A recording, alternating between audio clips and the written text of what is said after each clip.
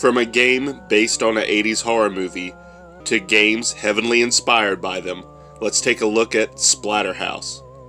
The first Splatterhouse was released in arcades in 1988, a gory beat-em-up game where you play as a Jason Voorhees type character.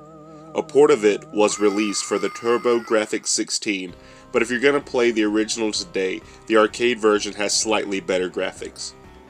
The games I want to talk about today are the sequels, the two released for Genesis and the spin-off on NES.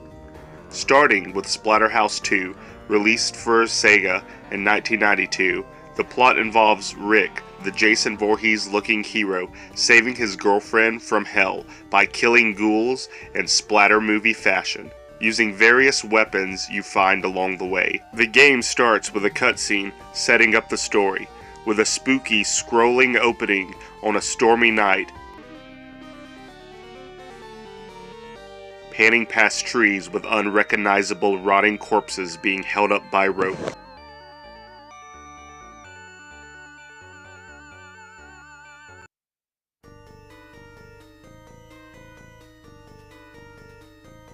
You awaken from the ground in a destroyed and burned down house in the forest, with writhing, muscled corpses occasionally getting up and attacking, only to explode in green, blood, gory mess. Now, I'm usually a stickler about censoring blood in games by changing the blood to some kind of color other than red. But the fact that there are other instances of red-colored blood in the game makes it feel more like a homage to colorful gore movies like Street Trash or The Devil's Rain. It definitely takes nothing away from the experience. The enemies and the boss are all monstrous and nasty.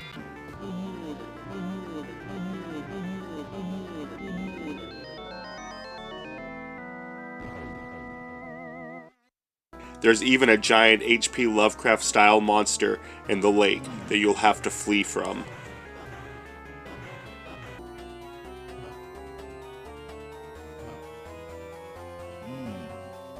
I especially love the Evil Dead 2 inspired level, with attacking severed hands and a shotgun located under a possessed animal head wall mount, this time being a goat for an extra bit of demonic flair.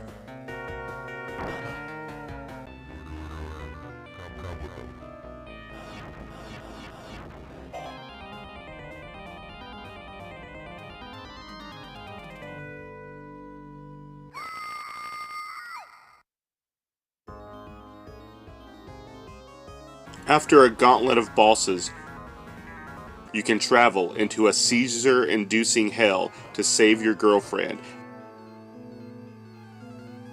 and escape with her across the lake with the Cthulhian beast giving pursuit. The atmosphere of this game is without a doubt a 3. Gory monster horror at its best. Definitely lives up to the splatter in the name Splatterhouse. And for the gameplay, I'll also give it a 3. It's a competent side-scrolling beat-em-up, made even better by its horror theme and extreme gore. Splatterhouse 3, released in 1993 on Sega, is the sequel that's a bit different than the first two. As far as openings go, not as strong as the second one. Instead of a creepy panning shot, we get some digitized photos as the words Splatterhouse flash and scroll across the screen.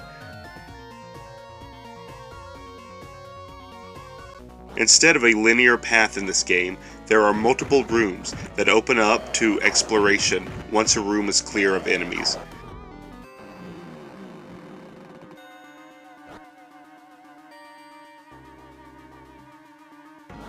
Not only does the gameplay differ with the multiple paths and plotting out different routes to take to reach the exit or the X on the map, this time there is also a power-up feature where orbs can be collected to fill a power meter and used to unleash your power, where you become a hulking monster version of your already monstrous self.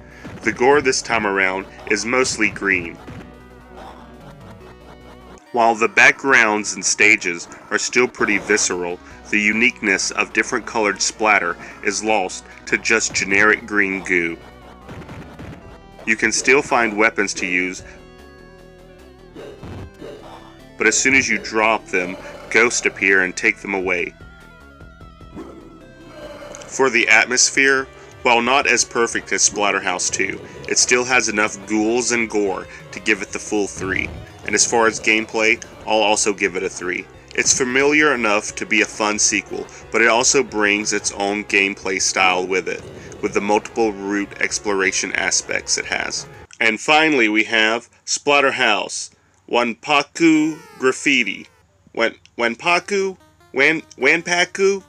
I don't know, I'm just going to call it Splatterhouse Graffiti. This spin-off for the NES actually predates the official sequels being released in 1989, but it was a Japan-only release.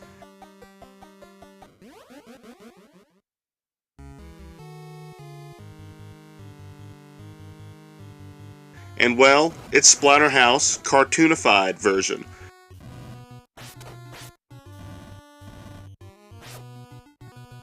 With parody bosses like the vampire that dances, the obvious Thriller knockoff,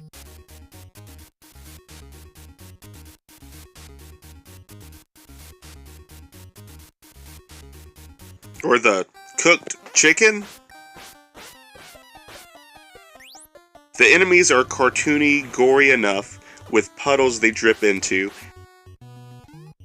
and the inclusion of a shotgun item adds to the fun.